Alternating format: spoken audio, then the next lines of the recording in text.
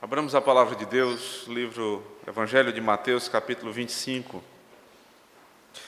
A última porção desse capítulo vai do verso 31 ao verso 46.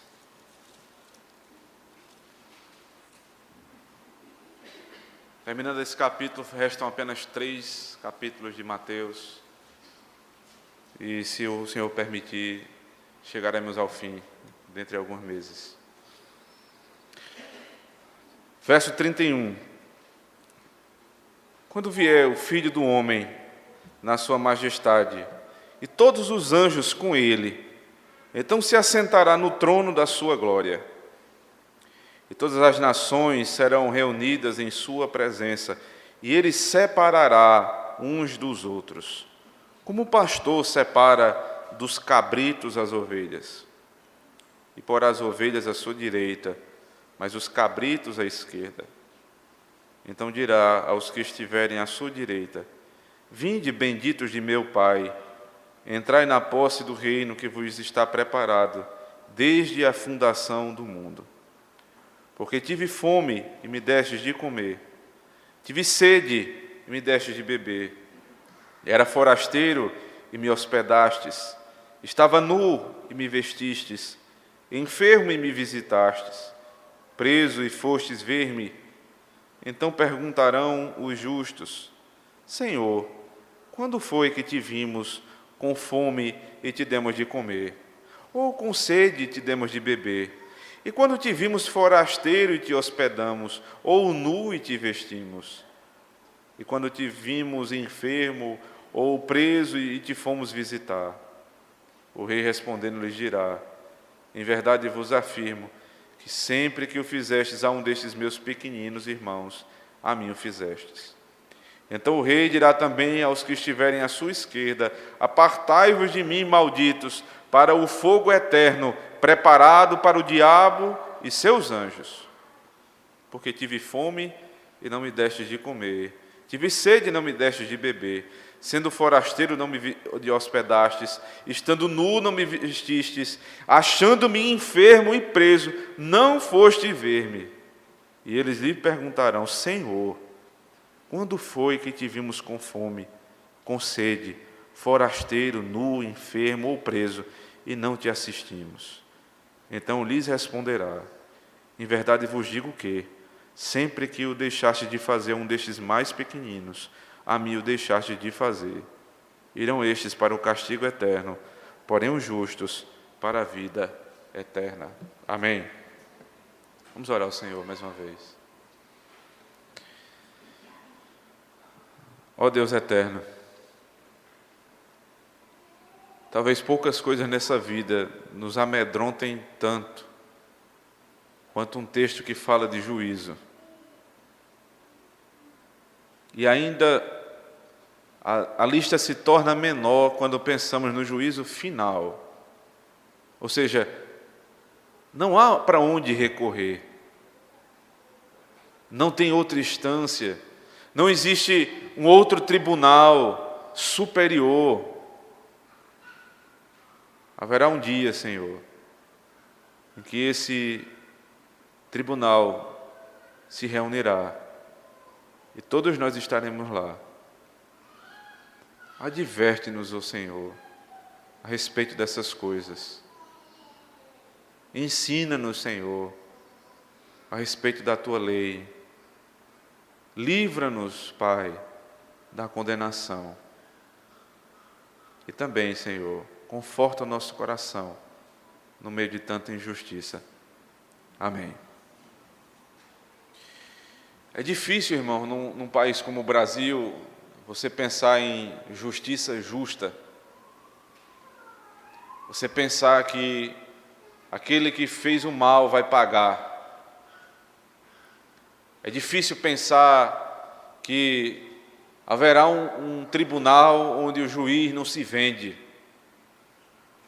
onde a sentença é certa, onde o advogado não mente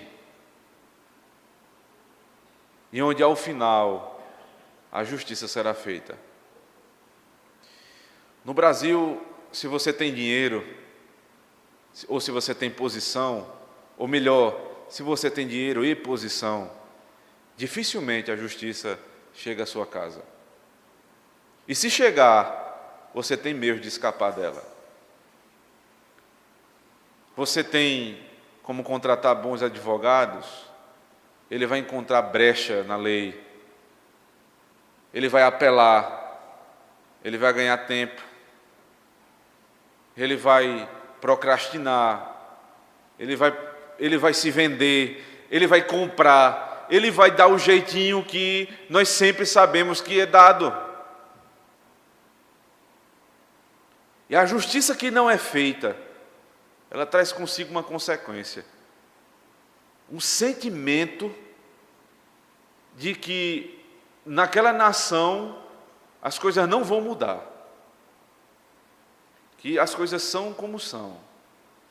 E vão ser assim eternamente. Então, para um brasileiro, ou pregar para um brasileiro um texto como esse é mais difícil ainda.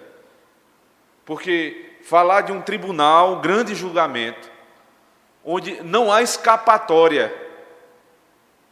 Eu penso que um ímpio brasileiro que tem essa malícia toda, não que os ímpios de outro país não tenham, mas aqui a gente é pós-graduado nessas coisas. Então, um ímpio brasileiro ele fica pensando, não, mas chegar lá eu vou dar um jeitinho.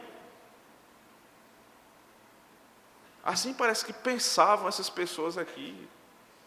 Porque quando eles foram colocar diante do tribunal, eles disseram, quando foi que isso aconteceu, Senhor? Se eu soubesse, parece que eles eram ignorantes. Estavam usando um argumento. Eu não conhecia a lei.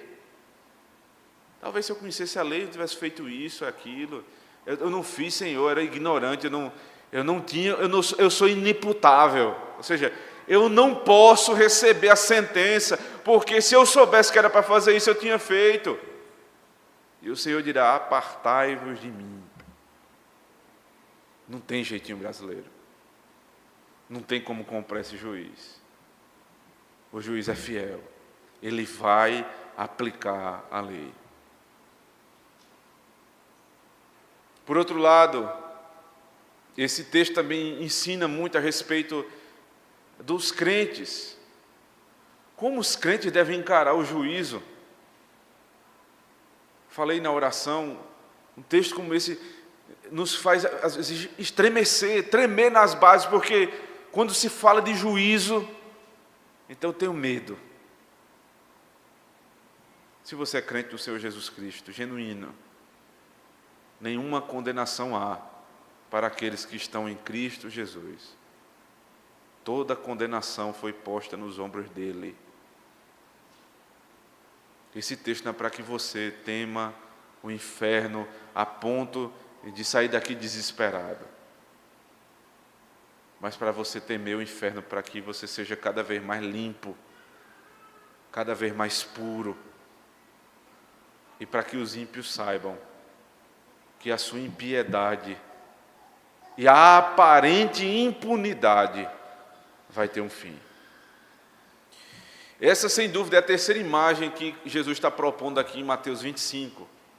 Nós nos lembramos que Mateus 25 está dentro de um contexto maior que vem desde o capítulo 24, quando o Senhor, no seu sermão profético, que compreende esses dois capítulos, ele começa a falar, lá até o versículo 34 do capítulo 24, a respeito daquilo que é sombra, ou tipo do que vai acontecer no final. A destruição de Jerusalém no ano 70 vai me ensinar que antes do juízo, ou no juízo, depois do juízo, aliás, haverá a destruição completa. E o homem tem que saber disso, a partir do ano 70, quando Jerusalém foi destruída. Ele tem que saber também que essa destruição é apenas um tipo, ou seja, não é completa. Então, a partir do verso 35 do capítulo 24, ele vai falar a respeito da segunda vinda do Senhor. E é com base na segunda vinda que as três imagens do capítulo 25 estão postas. Veja, capítulo 25, versos de 1 a 13, a primeira parábola chamada Parábola das 10 Virgens. Essa parábola, que ainda está dentro do sermão, do chamado Sermão do Monte das Oliveiras. Essa parábola me ensina a respeito da imprevisibilidade da vinda do Senhor. A palavra-chave é vigiai.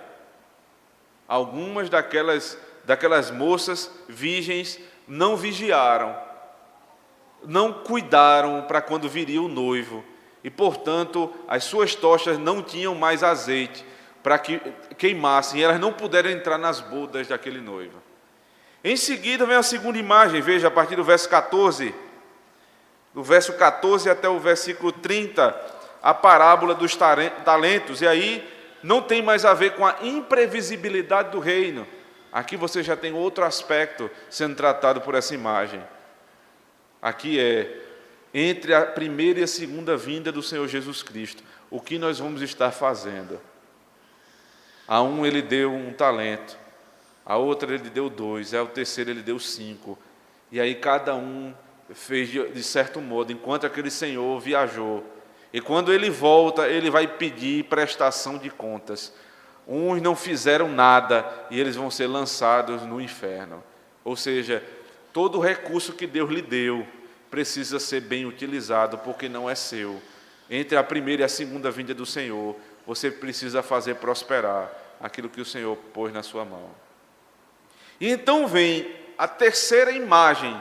Veja, eu não diria categoricamente aqui que é a terceira parábola. Parece com a estrutura de parábola. Me faz pensar como parábola. Mas um certo estudioso disse, apesar de ser semelhante a uma parábola, nós devemos entender essa terceira parte de Mateus 25, muito mais como profecia do que como parábola. Porque o julgamento é certo, a imagem é verdadeira, Cristo é advogado, Deus Pai é o juiz e Satanás é nosso acusador. Ou seja, o tribunal vai se formar. Eu preciso observar esse texto, não apenas do ponto de vista de uma parábola, mas principalmente como sendo uma profecia. E se há um tribunal, precisa ter juízo, e o juízo vai começar. Veja como o texto começa, verso 31. Quando vier o Filho do Homem na sua majestade, e todos os anjos com ele, então se assentará no trono da sua glória. Quem vai vir no dia desse juízo? Veja, aqui Jesus é identificado não mais nem como Jesus e nem como Cristo. Veja que como é importante o que nós aprendemos ainda há pouco. Ele aqui não é retratado como Jesus, porque aqui ele não é o que salva. Também não é como Cristo, porque ele não é o Messias prometido que veio para se entregar. Ele é o Filho do Homem. Para que fique claro que a revelação do Senhor aqui é, ele virá como juiz. As pessoas esperam Jesus como sendo aquele homem bonzinho. Ele é aquele que vai vir, ele ama todos, ele vai dar um jeito. E no final, Jesus vai dar um jeito, e ele vai nesse juízo final, ele vai libertar todo mundo. A maneira do texto apresentar esse personagem principal precisa me dizer o que ele veio fazer. Veja, se aqui ele viesse para salvar, se aqui ele viesse simplesmente como um pastor bondoso, e ele vai até se apresentar dessa maneira daqui a pouco, mas em primeiro lugar, a primeira cena não traz essa imagem. Ele viria como Jesus, como Cristo, o bom pastor, mas não é nada disso. Ele é o Filho do Homem. Essa expressão muito tratada lá no Antigo Testamento por Daniel, no capítulo 9, ela diz, não simplesmente a respeito da humanidade, fala também da humanidade de Cristo, porque a lógica da nossa mente é pensar, filho do homem é aquele que foi filho da humanidade, ou seja, o aspecto de Cristo como ser humano. Mas aqui não é o filho do homem dessa maneira, simplesmente. Ele é o filho do homem, não é de um homem, ele é o filho do homem. Ele é Deus. Ele é homem, ele se identifica comigo, Por isso eu tenho que entender Filho do Homem de certa maneira assim, mas principalmente você precisa encarar aquele que está sendo apresentado no texto agora como Filho do Homem, ou seja, o Senhor. Veja, o que é que está ligado a isso aí? Na sua majestade. Isso é interessante, irmão. Não é no seu pastoreio, não é na sua misericórdia, mas é na sua majestade. São 3 os ofícios de Cristo. Ele é sacerdote, ele é profeta e ele é rei. Então, nesse caso, o texto que está em tela não está tratando Jesus como sacerdote, porque ele não é o que intercede por mim. Não é isso. Não é também um profeta que veio aqui para dar mais uma lição de vida. Não, ele é o rei. O que é que o rei faz? O rei governa, o rei apacenta, mas o rei faz uma coisa que talvez seja diferente da nossa época. O rei unia o poder legislativo, executivo e judiciário. Então, ele executava as ações, ele legislava, ou seja, ele fazia lei, e ele guardava a própria lei que ele promulgava. O rei, ele em si próprio, ele consegue unir os 3 poderes que nós temos numa democracia como a nossa.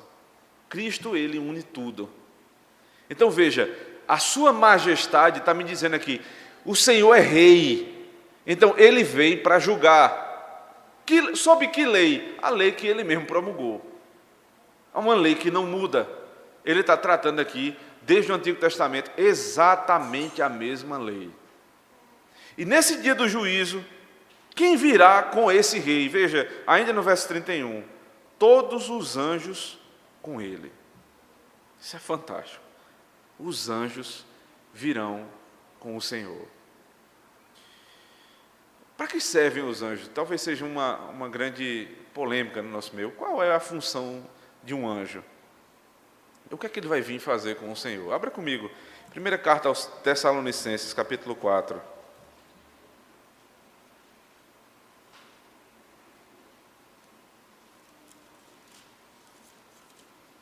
Verso 16.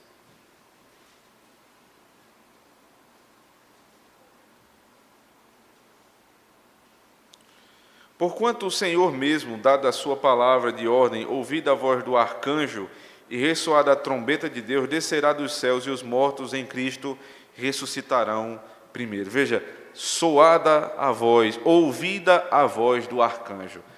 Na volta do Senhor, os anjos, eles vão convocar o grande tribunal. Em primeiro lugar, eles vão trabalhar convocando o tribunal. Em segundo lugar, volto para Mateus, agora capítulo 24 de Mateus, verso 31. E ele enviará os seus anjos com grande clangor de trombeta, os quais reunirão os seus escolhidos dos 4 ventos de uma outra extremidade dos céus. Os anjos vão recolher todos os escolhidos, todos os eleitos de todas as épocas, de todas as nações, para esse grande tribunal. A trombeta é soada para todos, mas o trabalho de recolhimento é específico para os escolhidos. Esse é o trabalho do anjo. Ainda em Mateus 13, volte comigo. Mateus capítulo 13.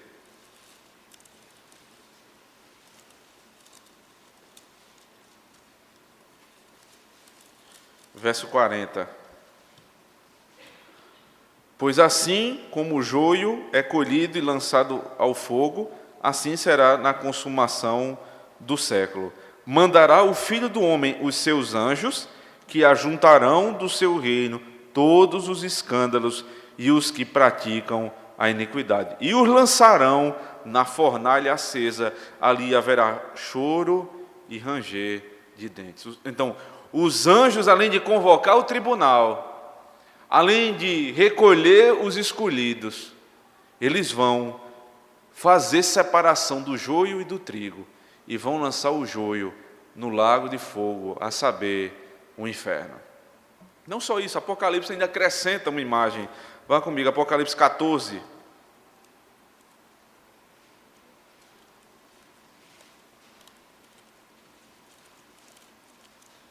Verso 10.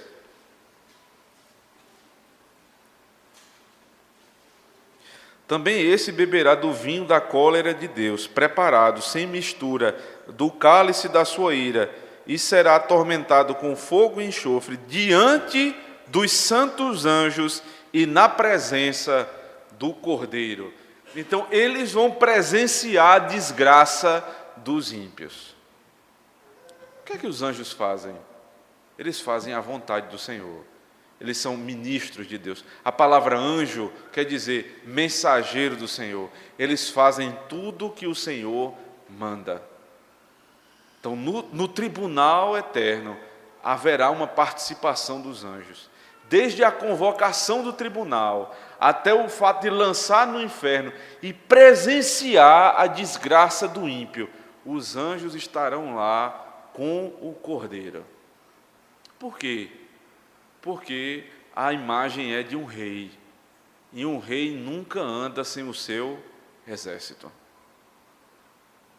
O Senhor virá com o seu exército de anjos, e não há como escapar de suas mãos. Então volte comigo agora para Mateus 25, aliás.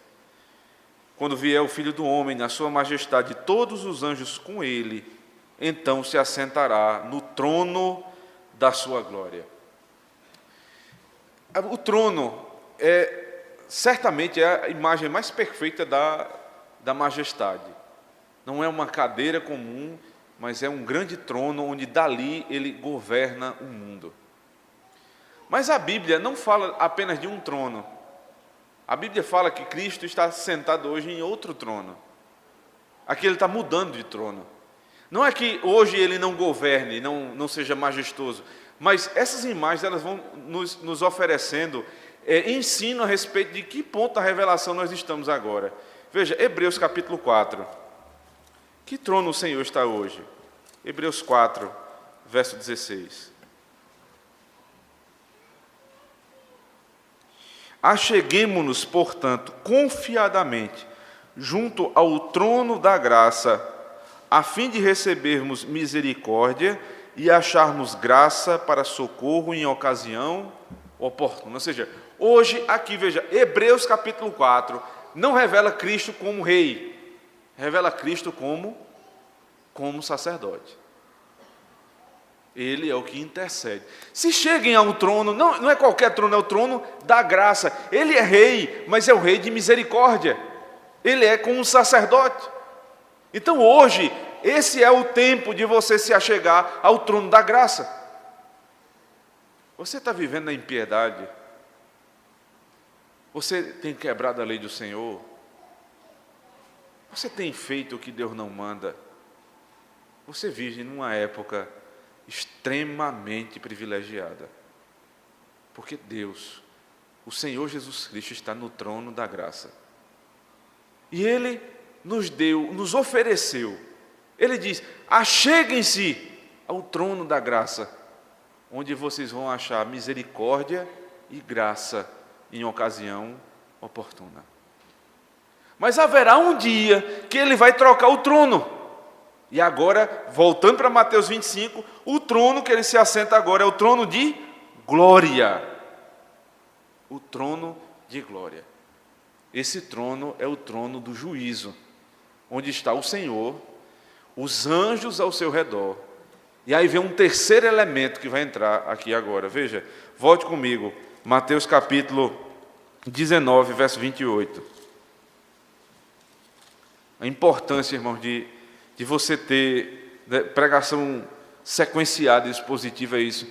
Boa parte da explicação do texto de Mateus 25 está dentro do próprio texto de Mateus, nos capítulos anteriores. Que trono é esse? Quem vai estar nesse trono? Tudo está aqui. Mateus 19, verso 28.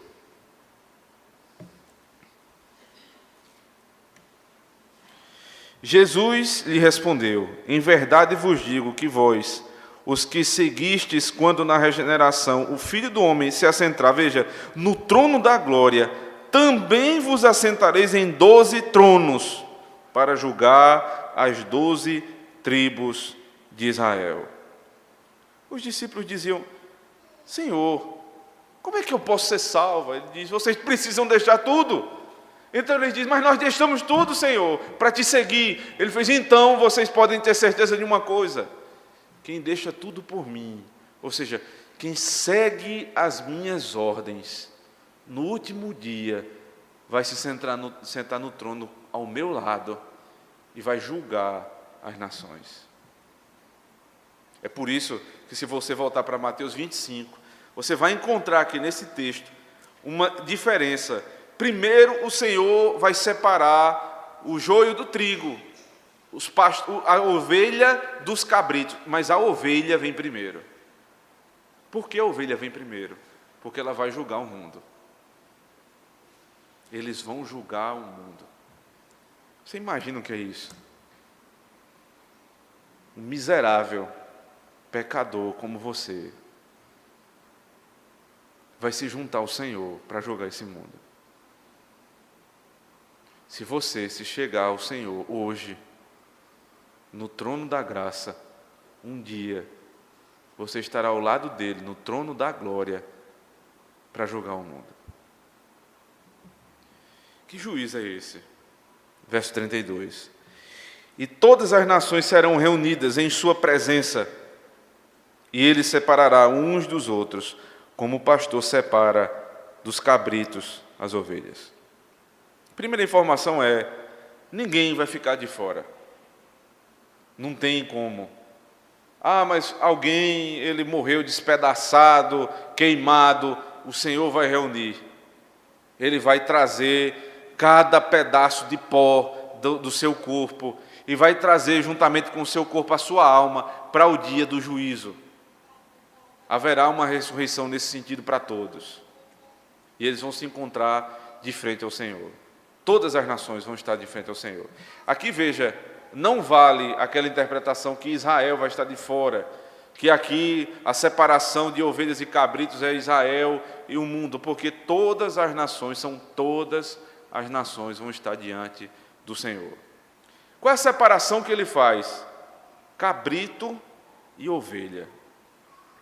Isso chama a atenção, irmãos, porque cabrito e ovelha são dois animais muito, muito parecidos quando eles são pequenos. O filhote do cabrito, o filhote da ovelha, eles são praticamente iguais, difícil de ser distinguido. E é por isso que Jesus está usando exatamente essa imagem aqui. Mas esse recurso, ele não traz de si próprio, né, no sentido de que ele está inventando essa imagem do nada, mas ele se refere a um texto do Antigo Testamento, Ezequiel capítulo 34. Volte comigo, por favor. Ezequiel 34.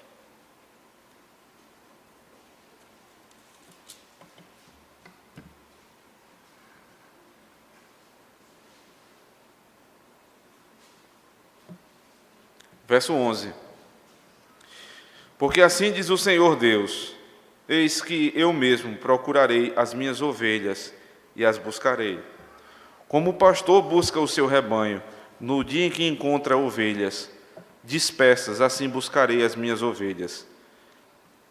Livrá-las-ei de todos os lugares para onde foram espalhadas no dia de nuvens e de escuridão. Tirá-las-eis dos povos e as congregarei dos diversos países, e as introduzirei na sua terra. Apacentá-las-ei nos montes de Israel, junto às correntes e em todos os lugares habitados da terra. Apacentá-las-ei de bons pastos, e nos altos montes de Israel será a sua pastagem. Deitar-se-ão ali em boa pastagem, e terão pastos bons nos montes de Israel. Eu mesmo apacentarei as minhas ovelhas, e as farei repousar, diz o Senhor Deus. A perdida buscarei, a desgarrada tornarei a trazer, a quebrantada ligarei, e a enferma fortalecerei. Mas a gorda e a forte destruirei, apacentá-las-ei com justiça.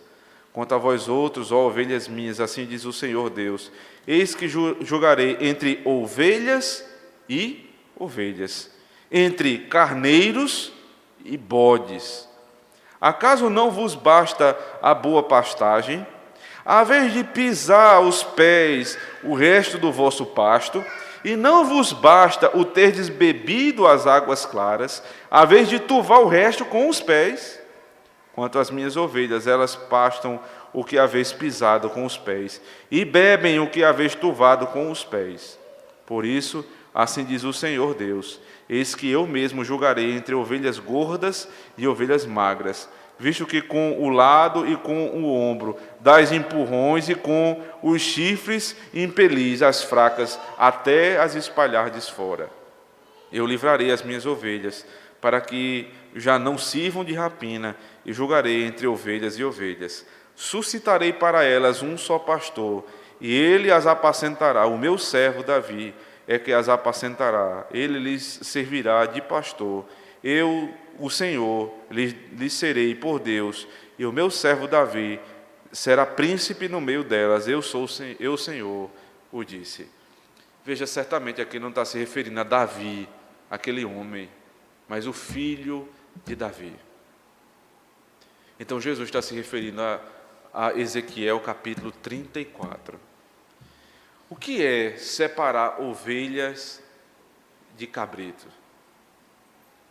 Como eu falei, o cabrito ele é muito parecido com a ovelha quando é pequeno, mas quando ele está grande ele já não parece mais. A ovelha tem lã, o cabrito não tem lã. Mas quando pequeno você bota um rebanho, se o pastor não tiver cuidado, ele coloca todo mundo ali e ele se perde, ele não sabe mais quem é quem.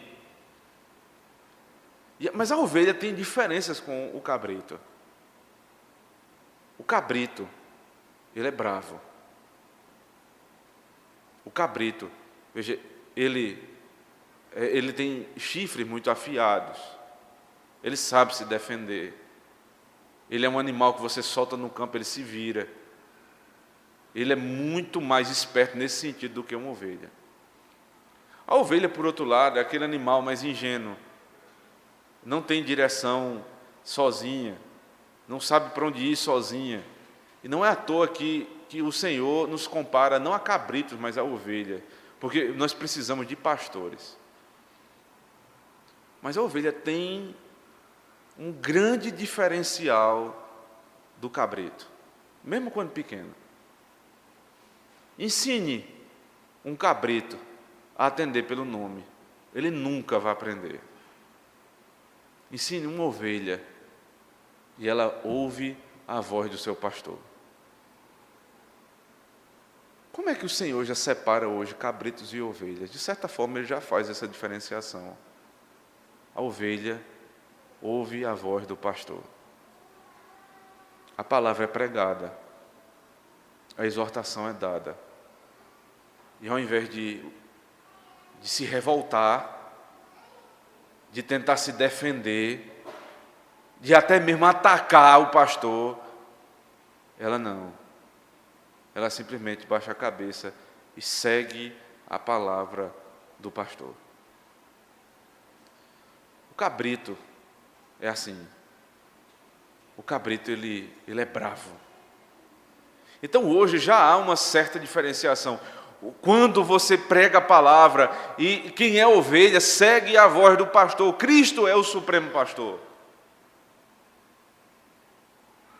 E aqueles que não dão atenção, não dão valor à pregação da palavra, de certa maneira já estão sendo identificados como cabritos.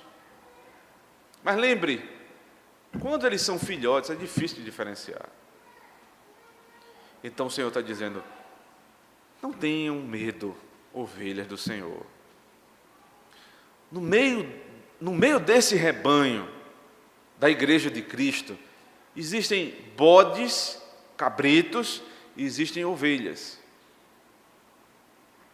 Só que aí você pensa assim: e por que o Senhor não vem e recolhe logo os cabritos? Ora, porque Ele tem um propósito. E por que os pastores não usam da autoridade que têm? Porque muitas vezes nem o pastor consegue diferenciar. Só o supremo pastor é que conhece o coração. Então haverá um dia quando esse pastor vier, e ele vai separar cabrito de ovelha. Como é que ele separa? A ovelha ouve a voz do pastor e atende. E ele vai dizer assim: ovelhas para a direita. Interessante essa imagem, né? Não só do pastor e da ovelha, mas do cabrito, mas o fato de ser direita é o lugar de honra. O lado direito é o lado da honra. Então, onde o Senhor está sentado? À destra do Pai. Qual é a mão de honra para cumprimentar um homem? Não é a esquerda, é a direita. Quando nós estivermos com o Senhor, estaremos à destra do Pai também. Então, Ele nos colocará à direita. Então, a direita, irmãos, tem esse sentido. O Senhor está dando um lugar de honra ao seu povo. E à esquerda ficarão os cabritos. E aí, quando for feita essa separação, então virá o julgamento em si. Até agora, Cristo foi apresentado como juiz, foram apresentados os personagens que vão estar ao lado dele. Primeiro, as ovelhas, para que julguem o mundo com ele, e agora vem o juízo. Volte para Mateus capítulo 25.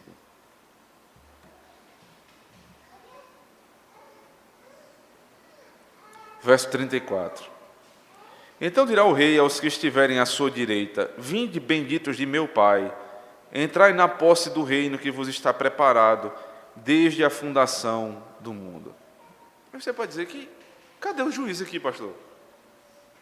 Não estou entendendo que juiz é esse. Se quando Jesus vai falar com os da direita, ele diz: vinde, benditos do meu Pai.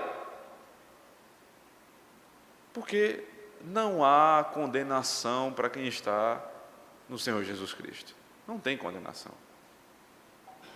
Há presença no tribunal, mas não tem condenação. O que há, na verdade, é uma grande bênção sendo dada aqui. Ele nem apresenta Deus como juiz, veja, ele apresenta Deus como Pai. Porque nesse dia, irmão, você não vai ter diante de você crente do Senhor, ovelha do Senhor Jesus Cristo, você não vai ter um juiz. Para nós, ele vai ser como um pai. Ele vai abrir a porta da casa e dizer: entrem. Aqui está o gozo eterno preparado para os meus filhos, que me ouviram, que me atenderam, que não são rebeldes, mas que ouviram a voz do pastor. E você vai entrar num lugar, vejam desde quando está preparado, desde a fundação do mundo. Isso é fantástico, irmãos. A queda não pegou esse juiz de surpresa. Ele não pensava que você era bonzinho assim, e de uma hora para outra Adão foi lá e fez uma bobagem e levou todo mundo com ele. Não.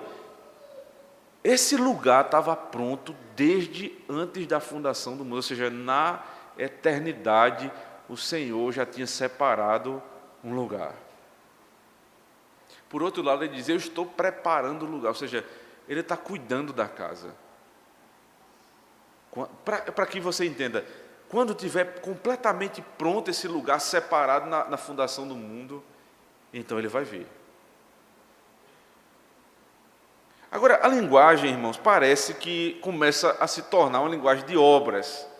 Quem vai entrar nesse lugar bendito parece que ele fez alguma obra. Veja, o verso 35 diz: porque tive fome e me deste de comer, tive sede e me deste de beber, era forasteiro e me hospedaste, estava nu e me vestiste, enfermo e me visitaste, preso e foste ver-me. É interessante porque isso aqui parece ser um prato cheio para o evangelho socialista, né? Está vendo aí? Se você não der um prato de comida ao necessitado, se você não fizer isso e isso ajudando o forasteiro, o estrangeiro, você não vai ter o reino dos céus. O que é mais maldoso nesse tipo de interpretação é porque você pega uma verdade e você distorce a verdade. E aí vira o que a gente chama de meia-verdade. Deixa eu lhe dizer uma coisa, não existe meia-verdade. Meia-verdade é uma mentira completa. Jesus não está dizendo aqui que você, para entrar no reino dos céus, você tem que fazer essas coisas aqui. Você tem que ser uma pessoa ativista social. Não se interpreta um texto isolado dos outros. O que é que está sendo evidenciado aqui? Cada texto, irmãos, cada texto, ele pega um ponto da doutrina e ele eleva adiante dos outros, para que você aprenda esse ponto. Mas ele não disse, leia Mateus 25, 34 e 35 e esqueça o resto. Não, ele está dizendo aqui, veja isso. Não esqueça o resto. Quem lê Tiago, por exemplo, Lutero teve dificuldade muito grande quando lia Tiago. Chegou ao ponto, de entendendo a dificuldade dele, ele chamou de carta de palha. Não tinha peso, por conta da insistência de Tiago nas obras. Mas o que é que Tiago estava dizendo ali? A fé sem obras é morta. Ele nunca disse que é pelas obras que você vai ser salvo. Ele diz, mas não existe ninguém que vai entrar no reino dos céus que não tenha feito boas obras. Porque uma coisa leva a outra. Uma coisa leva a outra. A estrutura da lei é: ame ao Senhor, vosso Deus, de toda a tua alma, de todo o teu coração, de todas as tuas forças, e ao teu próximo como a ti mesmo. Quando você entra no Novo Testamento, então Jesus diz assim: novo mandamento vos dou. Aí o que é que ele vai dizer? Ame a Deus acima de todas as coisas, e ao teu próximo como a ti mesmo. Que novo mandamento é esse? Se o mandamento já é antigo, por que ele chama novo? Há um argumento gramatical que é bem lógico e compreensível, é porque novo ali não é completamente novo, mas renovado, uma coisa que já existia e foi renovada. Então ele está trazendo à memória aquilo que já foi dito. Então o novo mandamento é esse. Mas deixa eu lhe dizer outra coisa. O mandamento de fazer boas obras não tem o mesmo sentido do crente para o ímpio. Não tem. Quando você lê a lei do Senhor e você é incentivado a fazer as boas obras, ou seja, você guardar a segunda tábua da lei. Quando você é ímpio, você vê de uma forma, quando você é crente, você vê de outra forma. O ímpio olha para aquilo ali e só enxerga a lei. Ele vê naquele ponto ali a lei mandando ele fazer, e ele tem medo da justiça e muitas vezes cumpre a lei por si própria. O crente, ele não vê assim. Por isso que é novo mandamento. Quando você olha para a lei do Senhor, a lei diz assim: não matarás. Ela está dizendo: não deixe alguém morrer de fome. Não deixe o forasteiro sem hospedagem. Não, se compadeça do necessitado, visite o preso, o que está enfermo, visite o necessitado. Isso é olhar o mandamento, é novo mandamento. Não é para eu ir para o céu, mas é porque o Senhor transformou meu coração. Então, um novo mandamento vos dou. Olhe para a lei de maneira distinta. Quem vai escutar, vinde benditos no meu Pai, não é porque você fez todas essas coisas ditas aqui, mas por conta da fé que Deus lhe deu. Tem um estudioso, um dos comentaristas que eu li, que ele tem uma frase muito interessante. Ele diz assim: salvação, o nome dele é John Legg, salvação é pela fé, mas juízo é por obras. Veja que interessante. Salvação é pela fé, porque se for por obra, todo mundo está perdido. Não existe obra nenhuma que pague o preço do pecado. Mas aqui, o que está em tela aqui, o que está em jogo aqui, não é salvação. O que está em jogo é juízo. E juízo é por obras. Você vai ser julgado pelas suas obras. No sentido em que aqueles que forem para a condenação vão pelas suas próprias obras. E aqueles que vão receber galardão vão receber pelas suas próprias obras. Mas salvação não é por obras, salvação é pela fé. O texto não está tratando aqui diretamente de salvação, mas de juízo. Então ele diz: quem se compadece de um desses pequeninos é como se fizesse a mim mesmo. Agora preste atenção no que Jesus está dizendo aqui. Em que outro ponto ele está se detendo? Ele está dizendo que quando você faz um desses pequeninos, veja, não está dizendo aqui ao mundo, não. Ele não está dizendo à igreja, deixe de cultuar e vá ajudar o necessitado. Não é isso. Em primeiro lugar, ele está dizendo, os pequeninos, os da fé, Gálatas 6:10, são os da fé, os primeiros que precisam ser ajudados. Ou seja, os pequeninos aqui são meus irmãos. Quem ajudar um desses pequeninos faz a mim mesmo. Lembra, por exemplo, de Paulo. Paulo perseguia a igreja. Os textos que falam de Paulo saindo para a perseguição, eles dizem que Paulo ele respirava ameaças de morte. Você imagina que homem bonzinho ele era, né? Só o respirar dele era aquele respirar ofegante de alguém que está saindo para a guerra para matar. Esse era Paulo, um dos apóstolos. E aí, num caminho para Damasco, quando ele ia ali para acabar com mais uma parte da igreja, quem é que aparece? O Senhor Jesus Cristo. E Jesus diz assim a Saulo ainda, né? Saulo, Saulo, por que me persegues? Mas Saulo nunca disse, eu estou perseguindo Jesus. Jesus tinha morrido, qual é o sentido que tem? Mas você está perseguindo a igreja, Saulo. Quem faz mal à igreja, faz mal ao Senhor. Quem persegue um desses pequeninos, persegue ao Senhor. E quem não ajuda o necessitado de um desses pequeninos, deixa o Senhor. Tamanha é a ligação que Deus tem com o seu povo. É isso que Jesus está dizendo aqui. Se você não ajuda os meus pequeninos, você não me ajuda. É interessante você agora se colocar como servo de Deus e dentro desses pequeninos que precisam de ajuda. Raciocínio como um necessitado agora.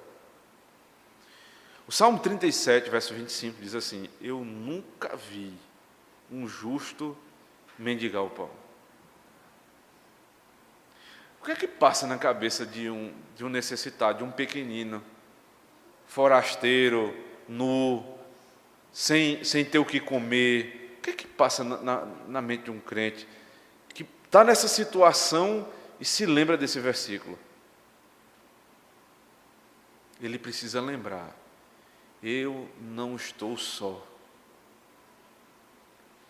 O fato de você ter igreja, irmãos, veja só isso, comprova a tese.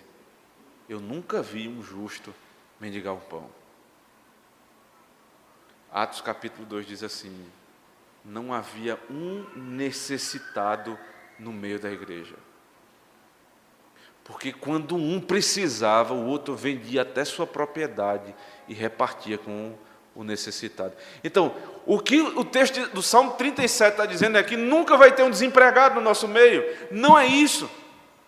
Não está dizendo que nunca um irmão, dentre nós, você que tem emprego hoje, pode um dia perder o emprego, ficar sem nada e precisar da ajuda da igreja. Mas nesse dia, você vai usar as palavras do salmista. Quando a junta diaconal chegar na sua casa com uma cesta básica, você vai dizer: eu nunca vi um justo mendigar um pão. Porque o Senhor providencia o que é necessário para o pequenino. Nunca vi. um forasteiro chega na nossa terra, irmão em Cristo. Quantos chegam em Campina Grande, irmãos? Cidade universitária, cidade que atrai muita gente para estudar, para trabalhar, para dar aula. E a pessoa chega aqui, não conhece ninguém, não sabe nada. E aí o que é que vem? Vem a igreja. E a igreja abraça esse forasteiro e diz: não, vocês vão andar conosco agora. Não, aqui é sua casa, aqui é sua igreja. O que é isso? Você está fazendo a este pequenino, você está fazendo ao Senhor. Você está fazendo ao Senhor. Quem recebe essas coisas é tão comum começar a se sentir inferior, menor. Porque fulano tem tanta coisa e eu preciso agora de ser ajudado pela igreja. Isso é pecado, irmão, sabe por quê? Porque se Deus lhe permitiu passar por essa situação de precisar a ajuda da igreja, é para você provar do que um rico nunca vai provar. Um rico nunca vai provar do que é a ajuda diaconal, porque ele é rico. Ele não sabe o que é isso. Deus lhe deu a oportunidade de você aprender quem é Cristo como o Senhor da misericórdia. Quando chegam os diáconos na minha casa e dizem: está aqui, meu irmão, para que você não passe necessidade nenhuma. E você diz: Senhor, muito obrigado. E quem dá essas coisas diz: eu fiz como se fosse ao Senhor. É comum também isso acontecer, irmãos, no meio dos pastores. E é comum até você ver as esposas dos pastores reclamando a respeito disso. Eu via muito isso no seminário. Vida de pastor é complicada, aquela lamúria, aquela complicação, né? Porque nós não temos estabilidade financeira e é uma situação muito difícil. Alguns começavam a se lamentar por conta disso. Você vive da oferta dos outros. Você precisa dar satisfação de tudo que faz, porque vive da oferta dos outros. Em primeiro lugar, isso não é verdade. Paulo, quando vai defender o trabalho pastoral, ele diz que a igreja deve salário ao pastor, porque o trabalhador é digno do seu salário. E se todos os crentes têm a possibilidade, por exemplo, qualquer um, irmão, tem possibilidade de fazer um concurso e ter o resto da vida garantido, a sua estabilidade financeira garantida. Outro pode ser empresário, ganhar dinheiro, outro pode ser médico, dentista, engenheiro. E o pastor vai viver a vida toda dependendo da fidelidade dos irmãos. E aqui, sem dúvida, irmãos, sem dúvida, a responsabilidade da igreja. Dentro desses pequeninos, tem o necessitado, o pobre, a viúva, e tem também os que pregam a palavra.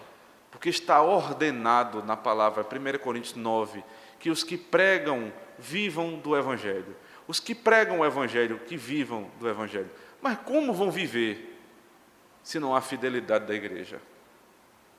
Se você é infiel, se você gasta com o que não deve e a parte que deve ao Senhor, você não é fiel. Por um lado, o pastor não pode se lamuriar, a família do pastor não deve se lamuriar porque tem instabilidade no emprego. Ora, que instabilidade a gente tem nessa terra? Quem chamou o pastor para ter estabilidade no emprego? Não cabe esse tipo de reclamação. Assim como não cabe do necessitado reclamar porque está recebendo ajuda. Não cabe da igreja tentar dizer o que pode ou o que não pode fazer com dinheiro porque está ajudando. Não cabe o pequenino se lamentar, nem muito menos o pastor achar que é menor porque vive da oferta dos irmãos. Tudo isso revela, irmãos, a bondade de Deus. E até na prova da bondade a gente é maldoso. E nós distorcemos as coisas do Senhor. Quem fizer para um desses pequeninos, faz para o próprio Deus. Isso é a grande verdade. E é interessante, aí, progredindo no texto, que há uma pergunta desses pequeninos, desses servos do Senhor, verso 38. E quando te vimos forasteiro e te hospedamos, ou nu e te vestimos, e quando te vimos enfermo ou preso e te fomos visitar? O rei respondeu-lhe e dirá: em verdade vos afirmo que sempre que o fizeste a um desses pequeninos irmãos, a mim o fizestes. Essa pergunta parece descabida, né? Como é que você faz uma coisa e você não sabe o propósito? Mas aqui é para revelar outro princípio. O crente não faz as boas obras para receber o galardão. Não é, em primeiro lugar, o objetivo do cristão. A ponto dele ficar surpreso. O que foi que eu fiz? Eu não fiz nada, Senhor. Como é que eu estou recebendo tudo isso que o Senhor está para me dar, a eternidade? Eu não fiz nada. E o Senhor vai dizer: não, eu me lembro. Eu me lembro. E aí, irmãos, você que há tempo vem ajudando alguém, de alguma maneira se dedicando a alguém, e não houve reconhecimento. Não houve reconhecimento. Lembre-se do que é dito lá no Sermão do Monte. Aqueles que fazem as boas obras e anunciam com trombeta. Aí Jesus diz assim: estes já receberam o seu galardão. Se você receber galardão nessa terra, não espere no céu. Mas se você for mal compreendido nessa terra, fazendo certo, se você é justo, se você ajuda e ninguém lhe reconhece, uma coisa é certa: no dia do juízo, o Senhor vai se lembrar de cada copo d'água que você deu a um dos pequeninos. Nada vai ficar em vão. E aí vem agora o juízo para os ímpios, os cabritos, verso 41. Então o rei dirá também aos que estiverem à sua esquerda: apartai-vos de mim, malditos, para o fogo eterno preparado para o diabo e seus anjos. Porque tive fome e não me deste de comer, tive sede e não me deste de beber. Sendo forasteiro, não me hospedastes, estando nu, não me vestistes, achando-me enfermo e preso, não fostes ver-me. E eles perguntarão: Senhor, quando foi que te vimos com fome, com sede, forasteiro, nu, enfermo ou preso, e não te assistimos? Então lhes responderá: em verdade vos digo que sempre que o deixaste de fazer a um destes mais pequeninos, a mim o deixaste de fazer. Agora é a segunda separação: apartai-vos de mim. Essa expressão, se apartar de Deus, não é nova também. O que é se apartar de Deus? Quando Jesus disser no último dia: apartai-vos de mim, você não deve entender: aquelas pessoas viviam perto do Senhor e estão sendo apartadas. Não é assim a leitura que deve ser feita. Um dia o Senhor chegou para Caim, antes dele cometer o assassinato, e disse assim: Caim, o pecado jaz à tua porta. Cuidado com o desejo do teu coração. Cumpre a ti dominá-lo. Veja, a história ia mudar. Será que ia mudar alguma coisa o que Deus estava dizendo ali? Porque 1 João capítulo 3, verso 12, diz que esse mesmo Caim era filho do maligno. Ou seja, ele precisava fazer o que iria fazer. Mas o que é que está sendo revelado ali? O Senhor não tem prazer na morte do ímpio. Diz assim a palavra. Ele não tem prazer na morte do ímpio. Nós costumamos dizer assim: Deus é glorificado quando alguém é condenado. É verdade. Mas use essa expressão: Ele é glorificado, Ele não tem prazer. Deus não tem prazer em ver ninguém no inferno, mas Ele é glorificado porque os ímpios estão no inferno. Então Deus disse assim a Caim: cuida, domine o seu coração, Caim. Era a última gota de esperança que tinha lá. Eu ouvi um sermão essa tarde, em João 13. Seria o paralelo lá de Gênesis 4. E nesse sermão, na leitura do texto, o pastor mostrava lá como quando Judas foi trair o Senhor Jesus Cristo. Tem uma expressão que parece não ter nada a ver, mas tem tudo a ver com o que foi dito a Caim. Jesus diz assim, há uma pergunta, quem vai trair? Então Jesus diz, aquele que eu der um pão molhado, e aí Judas aparece. Ele olha para Judas e diz assim, vai e faze o que tem que fazer. Vai logo, Judas, faz o que tem que fazer. E aí você lê aquele texto pensando assim, Jesus está incentivando Judas a traí-lo. E não é isso que o Senhor estava dizendo, é o contrário, Ele está dizendo, você não sabe o que você vai fazer, tenha cuidado. Não faça o que você tem de fazer. E Judas vai e faz. O último alerta, ele se apartou do Senhor. Gênesis capítulo 4, verso 16. Depois da morte de Abel, o texto diz, e Caim se apartou do Senhor. Ele se apartou ali? Não, ele vivia apartado. O que é apartar-se do Senhor? O Senhor trouxe a palavra, o Senhor alertou uma vez, duas vezes, e você não ouve. Então o texto passa a dizer, ele apartou-se, ou seja, ele começou agora a viver como ele queria. Mas o Senhor não tem prazer em quem se aparta dele. Então, na mesma pregação, o pastor diz assim, é para que você e eu não nos alegremos quando alguém sai da igreja porque apostatou da fé. Ah, irmãos, quando alguém dá trabalho na igreja, quando alguém está dando trabalho na igreja e não deixa você dormir, e os pastores sabem o que é isso, você perde sono dias e dias, e aquela pessoa sai. Nós somos tentados a dizer assim, graças a Deus, menos um problema. Jesus disse a Judas, vai, faz o que tem de fazer. Ele alertou. E o texto em seguida diz assim, e o coração do Senhor se angustiou. Quem se aparta de Deus, Deus não tem prazer, irmãos.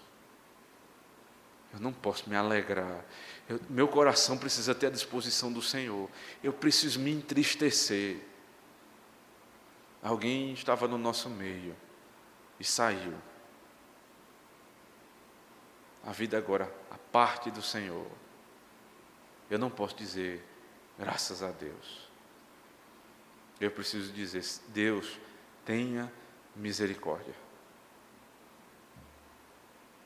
Porque se Ele não voltar, no último dia Ele vai escutar isso aqui. Apartai-vos de mim.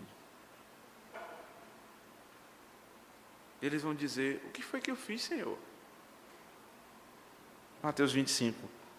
Quando foi que o Senhor disse que eu tinha que dar comida ao necessitado? Se eu soubesse, se o Senhor tivesse me dito. Algum dos comentaristas que eu li disse assim, isso aqui não é uma confissão de ignorância. Não é uma confissão de ignorância. Mas é uma negação de culpa. Está dizendo, o Senhor está sendo injusto. Porque se o Senhor fosse justo, o Senhor não faria isso comigo. Se eu soubesse, eu tinha feito. Tenha cuidado. Tenha cuidado em pensar que no último dia você vai argumentar com o justo juiz.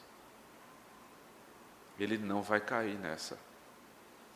A sentença é, verso 46, irão estes para o castigo eterno, porém os justos para a vida eterna. No Brasil, há progressão de pena, foro privilegiado, advogados caros, jeitinho brasileiro. E você pode até dar um jeito aí nos seus crimes. Mas nesse dia aqui, ninguém abrirá a boca e conseguirá enganar o Senhor. O justo juiz fará separação entre ovelhas e cabritos, entre o povo de Deus e aqueles que não são povo de Deus. Ou você vai ouvir, vinde benditos do meu Pai, ou apartai-vos de mim. Tudo isso depende de como você vive hoje. Se já vive sob a lei do Pai, em Cristo, ou se já vive apartado do Senhor. Sua vida hoje dirá como será a sentença no juízo final. Amém.